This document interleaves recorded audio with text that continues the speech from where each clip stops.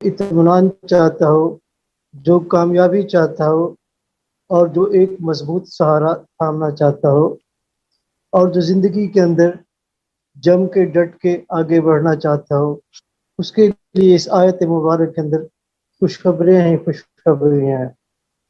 فَاذْكُرُونِی، تم مجھے یاد کرو، میرا ذکر کرو، میں تمہارا ذکر کروں گا، تمہیں یاد کروں گا۔ تم مجھ سے محبت کرو، میں تم سے محبت کروں گا۔ تم مجھ سے مدد مانگو، میں تمہیں مدد دوں گا۔ تم مجھ سے رزق مانگو، میں تم کو رزق دوں گا۔ تم مجھ سے کامیابی مانگو، میں تم کو کامیابی دوں گا۔ تم مجھ سے دنیا کی تمام نعمتیں مانگو، میں تم کو تمام نعمتیں دوں گا۔ اس آیت مبارک کو آپ جتنا بھی ایکسٹینڈ کرتے جائیں اتنا ہی کم ہے۔ فَاذْكُرُونِی، تذکرہ کسی کا مختلف وجوہات کی بنا پر ہوتا ہے، اور وہ وجوہات ہر وقت انسان کے دل کے اندر ہوتی ہیں۔ اگر عام طور پہ بھی دیکھ لیا جائے، عمومی طور پہ بھی دیکھ لیا جائے، تو جس کا بھی ذکر ہوتا ہے وہ مختلف وجوہات لیے ہوتا ہے۔ کسی کا ذکر اس کی محبت کی وجہ سے ہو سکتا ہے کہ ہر وقت دھیان اس کی محبت کی طرف ہو، اس کے قرب کے لیے ہو، اس کی کشش ہمیں کھینچ رہی ہو۔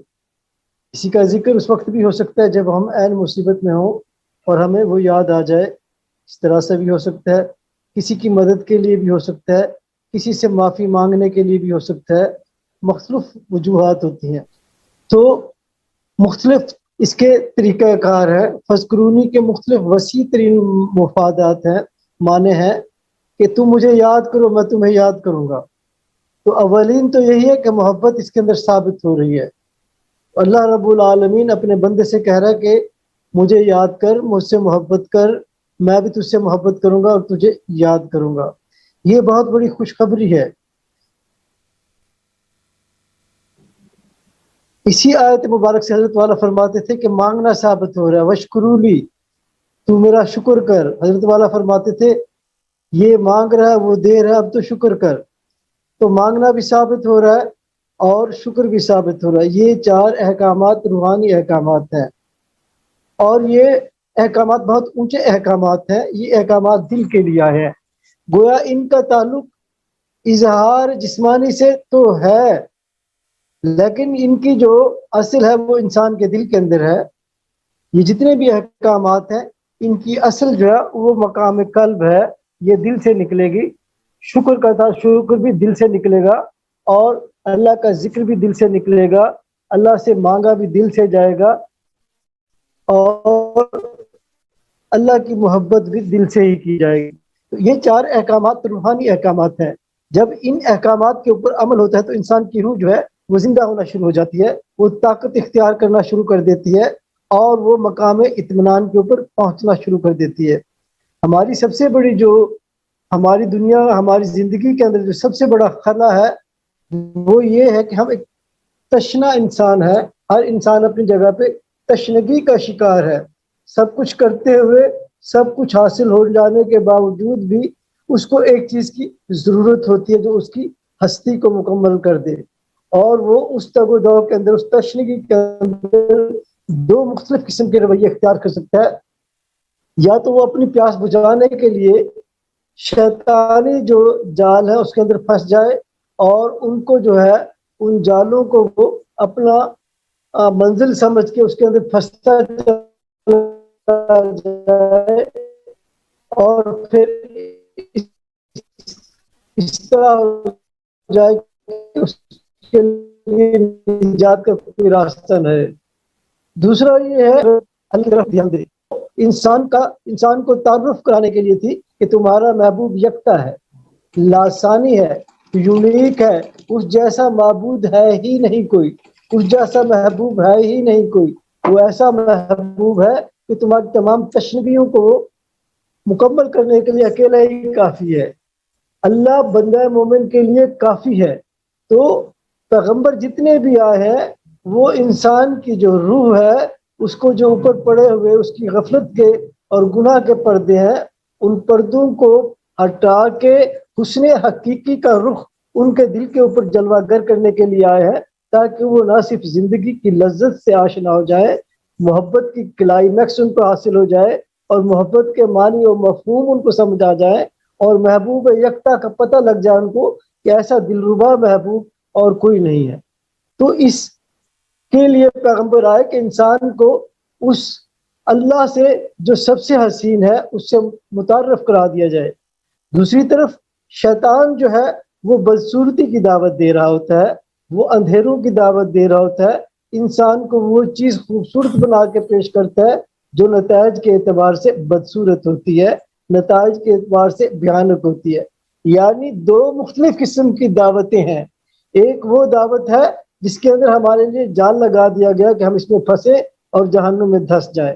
شیطان ہمارے لیے جال لگائے بیٹھا ہے، اور دوسری طرف انبیاء کرام ہے جو ہمیں سیدھا راستہ دکھانے کے لیے آئے ہیں کہ میاں کہاں بھٹکے پھر رہے ہو، آؤ اس راستے پہ آ جاؤ، یہاں تمہارا معبود حقیقی تم سے ملے گا، تمہاری تمام تشنگیاں بھی دور ہو جائیں گی، تم مقام اطمینان کے اوپر بھی پہنچ جاؤ گے، اور تم دنیا کے اندر اور آخرت کے اندر کامیابی حاصل کر لو گے۔ تو ان آیات مبارک کے اندر ان چار احکامات کی طرف انسان کی توجہ دلائی گئی ہے جو انسان کی شخصیت کو مکمل کرتے ہیں۔ یہ چار احکامات آئیں گے کس طرح؟ ان کی ترتیب تو یہ ہے کہ پہلے اللہ سے رونا اور مانگنا آئے گا، کہ محبت کا جو قاعدہ ہے، جو پہلا اصول ہے وہ طلب ہے۔ طلب جو ہے وہ ایک صدا پیدا کرتی ہے، ایک آواز پیدا کرتی ہے، ایک اللہ تعالیٰ کے آگے وہ مانگتا ہے اور آواز لگاتا ہے اور اللہ کی محبت مانگتا ہے۔ تو پہلی چیز ہے اللہ کے آگے رونا اور مانگنا۔ تو رو مانگ کے پھر اپنے دل کی طرف جو ان تمام جو چار احکامات ہیں ان کا مرکز ہے اس کی طرف توجہ کرنی ہے کہ دل ہمارا اللہ کی محبت سے، اللہ کے ذکر سے آشنا ہو جائے، یعنی دل اللہ اللہ کرنے لگ جائے، دل اللہ کی محبت والا بن جائے۔ تو اس سے ہماری جو روح ہے وہ طاقتور ہونا شروع ہو جائے گی۔ جب روح طاقتور ہونا شروع ہو جائے گی تو روح کو تمام کا تمام علم دے دیا گیا ہے، جو جو وہ سینہ کھلتا چلا جائے گا تو انسان جو ہے وہ اللہ کی معرفت اور حقیقت کے سفر کی طرف گامزن ہوتا چلا جائے گا۔ تو یہ چار احکامات بنیادی احکامات ہیں، ان احکامات کے اوپر عمل ہے تو جسمانی احکامات ادا کرنے میں کوئی مشکل پیش نہیں آئے گی، کیونکہ جب محبت آ جائے گی غالب تو پھر تمام کی تمام چیزیں محبت کے زیر اثر ہوں گی، اور محبت اس جذبے کو کہتے ہیں جو تکلیف کو ختم کر دیتی ہے۔ محبت انسان کے اپنی ذاتی تکلیف کو، اپنی ذات کو ایک طرف اٹھا کے اپنی تمام تگ و دو کو اپنے محبوب کی طرف مرکوز کر دینے کا نام ہے۔ یہ جو مجلس منعقد کی جاتی ہے اس مجلس کا مقصد یہ ہے کہ وہ دل پیدا ہو جائے جو اللہ کی محبت سے آشنا ہونے والا بن جائے، وہ دل اور وہ سینہ ہمیں حاصل ہو جائے جس کے اوپر حضور اکرم صلی اللہ علیہ وسلم کی محبت کا فیض القا ہونا شروع ہو جائے۔ تو اس کے لیے یہ مجلس لگائی جاتی ہے۔ اس لحاظ سے یہ مجلس دوسری مجالس سے اس لحاظ سے منفرد ہے کہ یہ آپ کو اپنے اندر کو ٹٹولنے کے لیے دی جاتی ہے، اپنے اندر کی تحقیق کے لیے یہ ہے کہ آپ اپنے اندر کو ایکسپلور کریں، آپ اپنے اندر کا جو ہے اپنی روح جو ہے اس کی آپ تحقیق کریں اور اس کو دیکھیں اس روح کے کیا تقاضے ہیں، اور جب وہ روح آہستہ آہستہ جو ہے آپ کے اللہ کے ذکر کے ساتھ منور ہو جائے گی، یہ دل آپ کا روشن ہو جائے گا، تو پھر آپ ایمان کی حقیقت حاصل کر لیں گے۔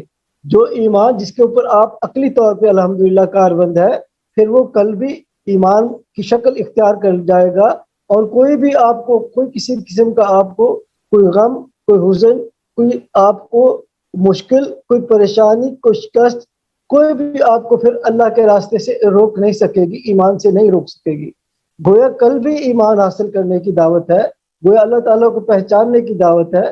تو اس کے لیے چار کمپوننٹ ہے کہ اللہ کے آگے رونے اور مانگنے کا کوئی نہ کوئی وقت مختص کیا جائے، کچھ نہ کچھ لمحات 5 منٹ 4 منٹ اللہ کے آگے گڑ گڑانے کے لیے مختص کیے جائیں۔ اس میں سب سے بہتر ٹائم جو اللہ والے بتاتے ہیں وہ تو تہجد کا وقت ہے، لیکن رونے اور مانگنے کا جیسے روحانی احکامات ہیں ان کا وقت تو کوئی مقرر نہیں۔ جب آپ کا دل چاہے آپ رو اور مانگ سکتے ہیں، اللہ تعالیٰ سے طلب کر سکتے ہیں جب آپ کا دل چاہے، اور اللہ کے آگے ذکر، اللہ کا ذکر کیا جائے جب آپ کا دل کرے۔ 24 گھنٹے کسی وقت بھی آپ اللہ کا ذکر کریں، اس کے دھیان کے اندر بیٹھیں اور اللہ تعالیٰ کی محبت اس سے طلب کریں اور شکر کی نعمت اللہ تعالیٰ سے حاصل کریں۔ تو امید ہے کہ یہ جو مجلس ہے اس کے اندر ہمیں یہ چار احکامات کے اوپر چلنے کی توفیق حاصل ہو جائے گی۔ اگر یہ چار احکامات پہ عمل ہے تو کامیابی ہے. اگر ان احکامات کے اوپر عمل نہیں، زندگی کے اندر ناشکری ہے، زندگی کے اندر کسی کی محبت نہیں ہے، خصوصاً اللہ کی محبت سے یہ دل خالی ہے، تو یہ ناکام دل ہے. دل کے اندر اگر اللہ کا ذکر اور اللہ کا دھیان نہیں تو یہ ناکامی ہے. اگر اللہ سے مانگنا نہیں تو یہ ناکام شخص ہے. تو کامیابی کی جو شاہ کلید ہے، جو ماسٹر کی ہے، وہ یہ 4 احکامات ہیں کہ اللہ کے آگے روئیں اور مانگیں، اور کچھ وقت اللہ کے آگے گڑ گڑانے کے لیے، آوازاری کرنے کے لیے، اپنے مسائل اللہ کے سامنے پیش کرنے کے لیے، اور اس سے مدد طلب کرنے کے لیے، اس کی محبت طلب کرنے کے لیے نکالے جائیں. اور اس کے دھیان کے اندر سب سے کٹ کے کچھ لمحے کے لیے بیٹھا جائے، اور پورا کا پورا دھیان اس کی طرف رکھا جائے، گویا ہم اللہ تعالیٰ کی بارگاہ کے اندر حاضر ہے. جس طرح حدیث کے اندر ہے کہ اس طرح اللہ کی عبادت کرو گویا دیکھ رہے ہو. تو اپنے آپ کو فکس اپ کرنا ہوتا ہے کہ ہم اللہ کی بارگاہ کے اندر بیٹھے ہوئے ہیں، ہمارا قلب جو ہے وہ اللہ کے عرش معلیٰ کے نیچے ہے، اور اللہ تعالیٰ کی رحمت ہمارے اوپر حضور اکرم صلی اللہ علیہ وسلم کے ذریعے سے آ رہی ہے. تو یہ لمحات ہماری زندگی کے اندر جب آ جائیں گے، اور ہماری اسی طرح یہ روٹین کا حصہ بن جائیں گے، جس طرح پروردگار قرآن کریم کے اندر کہتا ہے کہ صبح سے شام تک اور شام سے صبح تک اللہ کا ذکر کرو، اللہ سے مانگو. اگر یہ ہماری روٹین بن جائیں گے کہ صبح شام جب ہمیں فرصت ملے ہم اس کے بغیر نہ رہ سکیں، تو یقین کریں کہ ایک وقت آئے گا کہ آپ نجات حاصل کر چکے ہوں گے.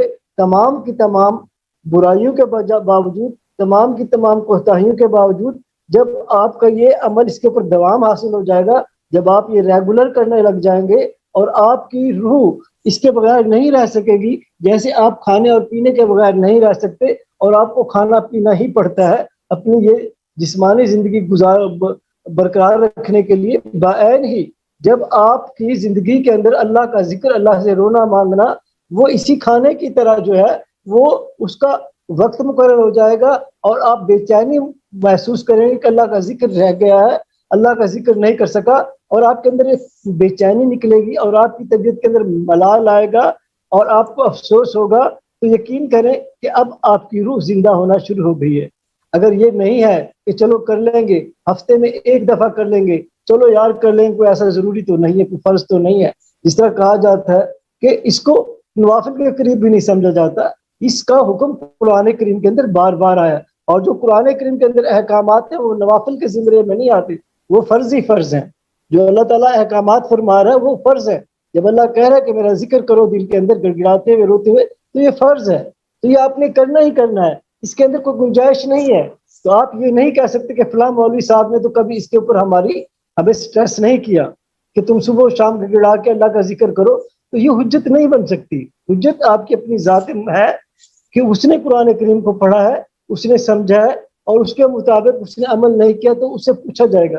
اگر نہیں سمجھا اور نہیں پڑھا، اور دنیا بھر کی کتابوں کے اندر سر کھپائے ہوئے ہے کہ تھوڑا بہت روزی رزق یہاں سے مل جائے گا، تو اس کے لیے سر کھپائے ہوئے رات دن ان کے اوپر نوٹس تیار کر رہا ہے، پڑھ رہا ہے، لیکچر دے رہا ہے، لوگوں کو سمجھا رہا ہے، اور قرآن کریم کی طرف آتا نہیں ہے، اور وہ کہتا ہے کہ یہ صرف چند لوگ ہیں، انہوں نے پڑھ لیا سمجھ لیا، بس یہ جو کچھ ہمیں پڑھ سمجھ کے بتا رہے ہم اس کے مکلف ہیں. نہیں، آپ ہرگز اس کے مکلف نہیں ہیں.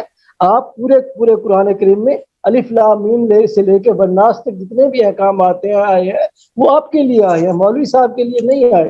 مولوی تو اپنا جواب دے گا، ہم اپنا جواب دیں گے. تو اس وقت یہ پوچھا جائے گا میاں تمہیں صرف قرآن کریم پڑھنے کی فرصت ہی نہیں تھی، اور دنیا کی تم سیکنڈ لینگویج کی ساری کتابیں پڑھ رہے تھے. انگریزی کون سی تمہاری اپنی زبان میں تھی؟ تم اس کو پڑھتے تھے ڈکشنریاں کھول کھول کے، اور منہ کو بنگا کر کر کے، منہ کو ٹیڑھا کر کر کے تم وہ الفاظ ادا کر رہے ہوتے تھے. تو کیا تمہارے پاس قرآن کریم کے اتنے ترجمے آئے تھے؟ اس کو پڑھنے کا ٹائم نہیں تھا. تو یہ حجت بن نہیں سکتی. یہ کسی بھی عدالت میں آپ چلے جائیں، اللہ کی عدالت میں تو وہاں تو بات ہی سچی ہوگی، وہ دوسری بات تو وہاں ہو ہی نہیں سکے گی، چرب زبانی تو ختم ہو جائے گی وہاں.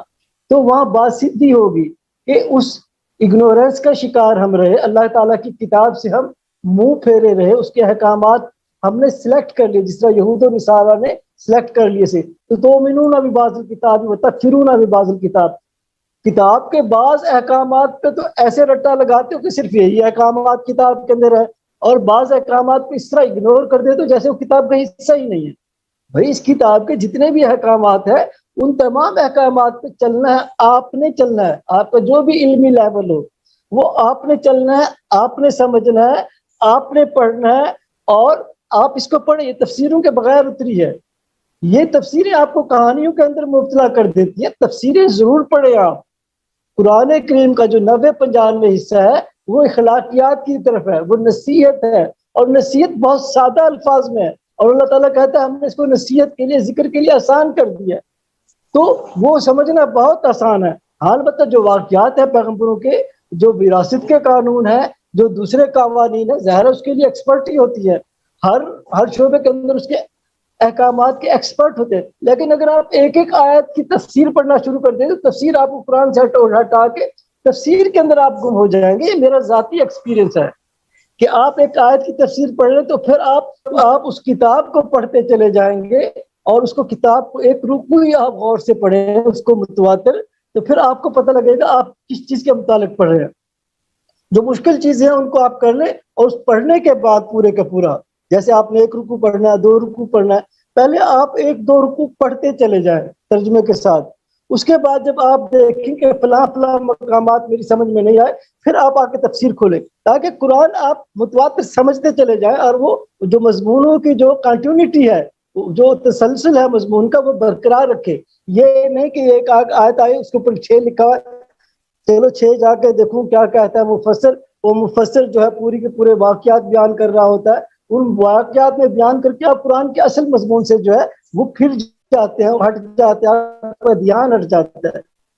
تو یہ میرا ذاتی ایکسپیرینس ہو سکتا ہے آپ کا مختلف ہو, میں اپنا ایکسپیرینس شیئر کر رہا ہوں. اس کے اوپر آپ کا یہ عرض کر رہا ہوں کہ پہلے آپ قرآن کریم کو اس ماہ رمضان میں تو آپ جو ہے 3-4 دفعہ ترجمے کے ساتھ ختم کرنے کا ارادہ رکھیں نا. آپ دفتر جا رہے ہیں, آپ اسکول یا یونیورسٹی میں جا رہے ہیں, قرآن کریم آپ کے پاس ہو. تو قرآن کریم 3 جلدوں کے اندر آ گیا ترجمہ, یعنی 10 سپاروں کے تراجم بھی موجود ہیں, اور بعض اوقات شاید ایک سپارے کا ترجمہ, اس کو لے جائیں. جیسی آپ کو وقفہ ملے اپنے کام کاج سے, آپ قرآن کریم کھولیں اور اس کو پڑھنا شروع کر دیں. سفر کے اندر ہے, قرآن کریم کو کھولیں اور پڑھنا شروع کر دیں. یہ مہینہ پورے کا پورا ٹریننگ کے لیے آ رہا ہے, اور یقین کریں آپ اس کا ترجمہ پڑھیں. جو چیز آپ کو سمجھ نہیں آ رہی بعد میں آ کے اس کی تفسیر دیکھیں, پہلے آپ اس کو پڑھیں, یہ اللہ تعالیٰ آپ کو ضروری چیزیں سمجھا دے گا.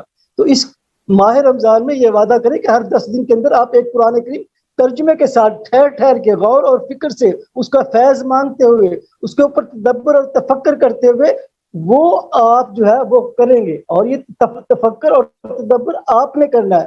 آپ صرف اس علم کے مکلفاً جو اللہ تعالیٰ نے آپ کو عطا کیا ہے, جتنا آپ کو اللہ تعالیٰ نے عقل دی ہے, جتنی آپ کو وسعت دی ہے, اتنے ہی علم کے آپ مکلف ہیں. جو آپ کو سمجھ آ رہا ہے, خوب سمجھ آ رہا ہے, آپ سمجھنے کی کوشش کریں. قرآن کریم کو اپنے ساتھ رکھ کے اس ماہ رمضان کے اندر, جہاں آپ جا رہے ہیں, سفر میں, دفتر میں, جیسی آپ کو فرصت ملے آپ اس کی تلاوت کریں, اس کا مفہوم دیکھیں. اگر آپ 1 سال قرآن کریم ترجمے کے ساتھ پڑھ لیں متواتر, اور ہر مہینے میں آپ 1 دفعہ قرآن کریم ترجمے سے آپ ختم کرنا شروع کر دیں, تو 1 سال کے بعد جب قاری صاحب تلاوت کر رہا ہوگا تو آپ 70% سمجھ رہے ہوں گے کہ اس آیت مبارک کا یہ ترجمہ ہے. آپ کو نماز کا بھی مزہ آئے گا, آپ کو تراویح کا بھی مزہ آئے گا. یعنی آپ متواتر جو ہے اس کے ترجمے کے ساتھ اس کو پڑھتے جائیں گے تو انسان کو اللہ تعالیٰ نے یادداشت دی ہے. جب وہ آیت آپ کے سامنے آئے گی, اس کا ترجمہ آپ کے سامنے آتا چلا جائے گا, تو اس وقت پھر آپ کے اوپر وہ نماز خشیت والی بن جائے گی, پھر آپ کو پتہ لگ جائے گا. تو 1 سال اگر آپ 1 مہینے میں 1 قرآن کریم ترجمے کے ساتھ پڑھیں, اور اس ماہ رمضان میں ہر 10 دن کے اندر آپ قرآن کریم ترجمے کے ساتھ ختم کریں, تو انشاءاللہ اس کو آپ کا 60 اور 70 سے 80% حصہ جو ہے آپ کا مفہوم سمجھ آنے لگ جائے گا کہ اللہ اس آیت کے اندر یہ بیان کر رہا ہے. تو ضرور کوشش کریں, قرآن کریم سے اپنی اٹیچمنٹ رکھیں. یہ رحمت للمومنین ہے, مومنوں کے رحمت ہے. رحمت وہ ایجنسی ہے, اس پاور کو کہتے ہیں رحمت, جو زحمتوں کو ختم کر دیتی ہے, جو مشکلات کو ختم کر دیتی ہے, جو کامیابی کی طرف لے کے چلی جاتی ہے, اس چیز کا نام رحمت ہے. جو آپ کو مایوسیوں سے نکال لیتی ہے, ناکامیوں سے نکال لیتی ہے, اس چیز کو رحمت کہتے ہیں. تو یہ مومنین کے لیے رحمت ہے. مومنین کے سینوں کی روحانی بیماری دور کرنے کے لیے عظیم الشان نسخہ کی طرف آیا ہے. اس کے اندر غوطہ زن ہو جائیں, اور یہ اگلا مہینہ آ رہا ہے تو خوب اس کی تلاوت کریں, اور دیکھیں سمجھ کے پڑھنے کی کوشش کریں. جس کے اندر آپ اردو پڑھ سکتے ہیں اس کے اندر آپ اس کو سمجھ کے پڑھنے کی کوشش کریں, انشاءاللہ فیوز اور برکات آپ کو لپیٹ لیں گے. تو انہی چیزوں کے ساتھ یہ اللہ تعالیٰ ہم سب کو توفیق عطا فرمائے.